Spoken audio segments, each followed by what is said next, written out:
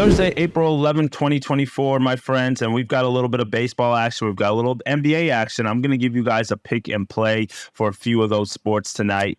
This is the free three. Let's get into it. What's up, guys? It's your boy Noble Living back with another DYF Bets video where I'm breaking down my favorite picks and plays of the day as we just try to get to the bag together and try to make some money. Yesterday, we had a winning day. It's about damn time we've had a winning day on the channel. We've been colder than ice, but hey, we will take a 2-in-1 day. Not a full sweep. We were a hook away, but hey, we can't be too mad at it. Rays on the money line, no sweat bet there. Red Sox first five money line, no sweat bet there. And that's why sometimes we take the first five because, like I told you, those bullpens, they can let you down, just like what happened in that Red Sox game. They blew a 6-0 lead to end up losing the game outright. If we had taken the full game money line, that would have been very disappointing. So 2-in-1 there. We did lose on Damian Lillard's three-pointers. We did get that at plus money value. We did hook as he only went 3 of 8 from the three-point line. We needed him to grab 4. And then we also gave you guys Chris Middleton, but he ended up not playing last night, so no action. Kind of mad at that Damian Lillard play, as I told you guys to also take the points there, or to like take a look at the points, and he did go over his points line. So hey, a little unfortunate loss there, but you can see our year-to-date record right here.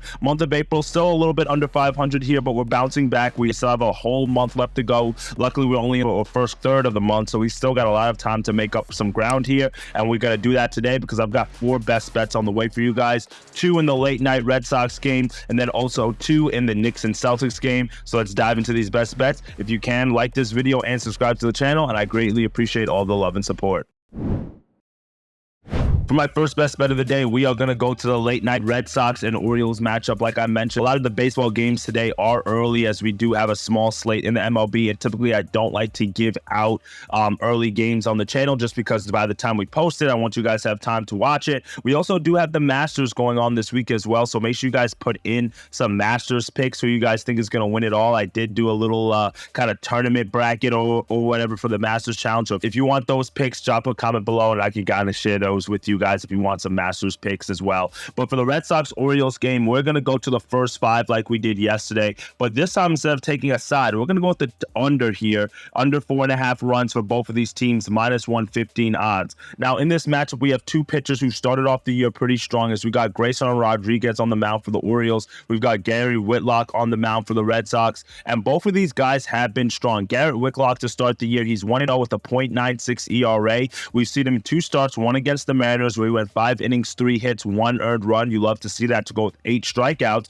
And then in his last matchup against the Angels, he only went 4 1/3 innings. So he gave up 4 hits, but he didn't give up any runs in that game. 4 walks, 4 strikeouts. So he did struggle with his command a little bit and his control, which is a factor you want to keep in mind. But against this Orioles team, that is something that I'm not too concerned about, because when you look at the numbers, the Orioles are bottom last in Major League in terms of walks per game. So even though Garrett Whitlock has struggled at times with his control, the Orioles are not a team that's really going to exploit that because they're not very patient at the plate. Now, on the other side, we've got Grayson Rodriguez, who has 2 starts underneath his belt as well this year. He's 2-0 on the year to go with a 2.19 ERA and 16 strikeouts over 12 innings. You love to see that. In his first matchup against the Angels, he went 6 innings, 4 hits, 1 run, which was just a home run ball, a mistake pitch that got crushed out. Hey, it happens against the Angels. You got guys like Mike Trout who can do that. He had 9 strikeouts in that game to go with 1 walk, so you love to see that. And then in his second matchup at Pittsburgh, he went 6 1/3 innings, only gave up 6 hits, 2 earned runs, again, 2 mistake pitches,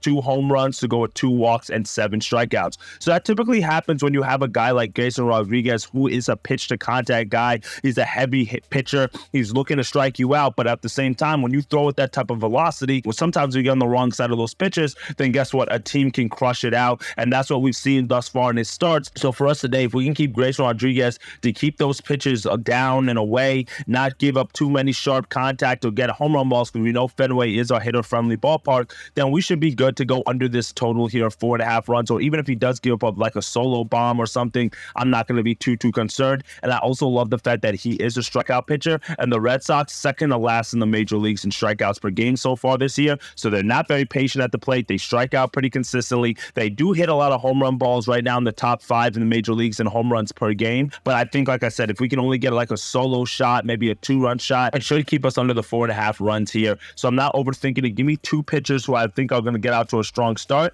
and that's why also my second best bet of the day will be the Nerfy in this game. So make sure you take the Nerfy in this matchup, but I'm also going to go with the first 5 under 4.5 runs. So those are 2 quick picks in the late night Red Sox and Orioles matchup. Now for our third best bet of the day, we're going to go to the Knicks and Celtics matchup, and I'm going to take the Knicks on the spread -2.5 here, -120 odds. Now let's break down real quickly what's going on in the NBA in terms of the conference standings, and I'm going to put up this graphic so you guys can see it a little bit better. But right now we've got the Celtics who've locked up the #1 seed. No sweat bet there. They've got it locked in. They have nothing left to play for. They've got home court advantage all the way through the playoffs. But now when you start looking at the seeds 2 through 6, that's when things start getting wacky. I mentioned that earlier this week when I kind of gave you the Knicks earlier this week, and I also gave you the Magic. Right now the Milwaukee Bucks are the 2 seed, 49-31. Again, you can see this on the screen here. The Knicks have locked up at least a playoff spot and at least a #4 seed as they're 47-32 right now. Now you can see here that the Cavaliers are only a half a game behind them for the 4 seed,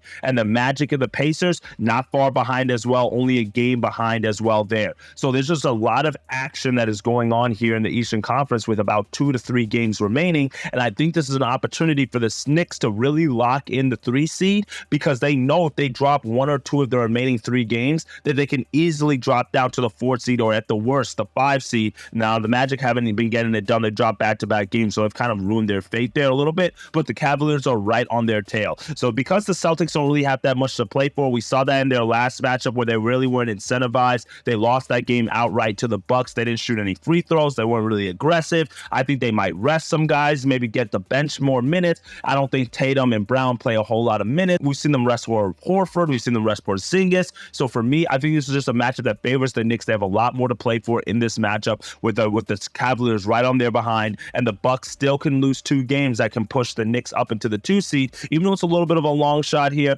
I do think that there's an opportunity. The Knicks are going to play like that today, so give me the Knicks on the spread -2.5 against the Celtics. And because I like the Knicks in this matchup, you guys know who I'm going to go with to lead them to victory, and that's the guy himself, Mr. Jalen Brunson. He's my boy, and I'm going to go over 28.5 points. Now, different books have different lines on this right now, so make sure you shop around. You can get this at -125 odds on BetMGM. I'm seeing 30.5 all the way on FanDuel. So again, you may want to shop around, but I would play the 30.5 as well. And that's just because of the form that Jalen Brunson is in. Dude's been on an absolute tear over the last week. In his last 4 games, 35 points against the Kings, 35 points against the Bulls, 43 points against the Bucks, 45 points against the Bulls the game after that. He's shooting very efficient from the field as well, 45% or higher from the field on each of those games. He's getting to the free throw line at least 10 free throw attempts in each of those matchups as well, hitting down at least 80% of them. So for me, Jalen Brunson is playing like a first-team All-NBA player. He's playing like an MVP candidate. He's one of the main reasons why the Knicks are the 3 seed right now, because, you know,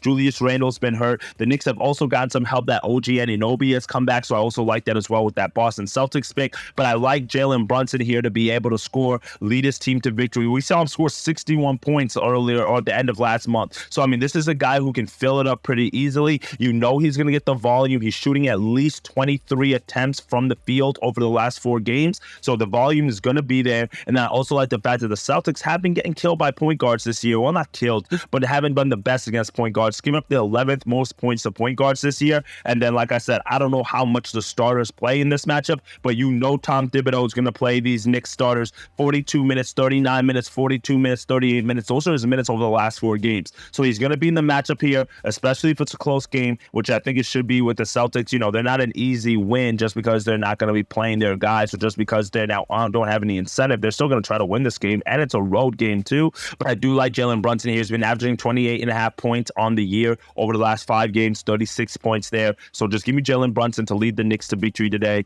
at over 28.5 points as our 4th and final best bet of the day.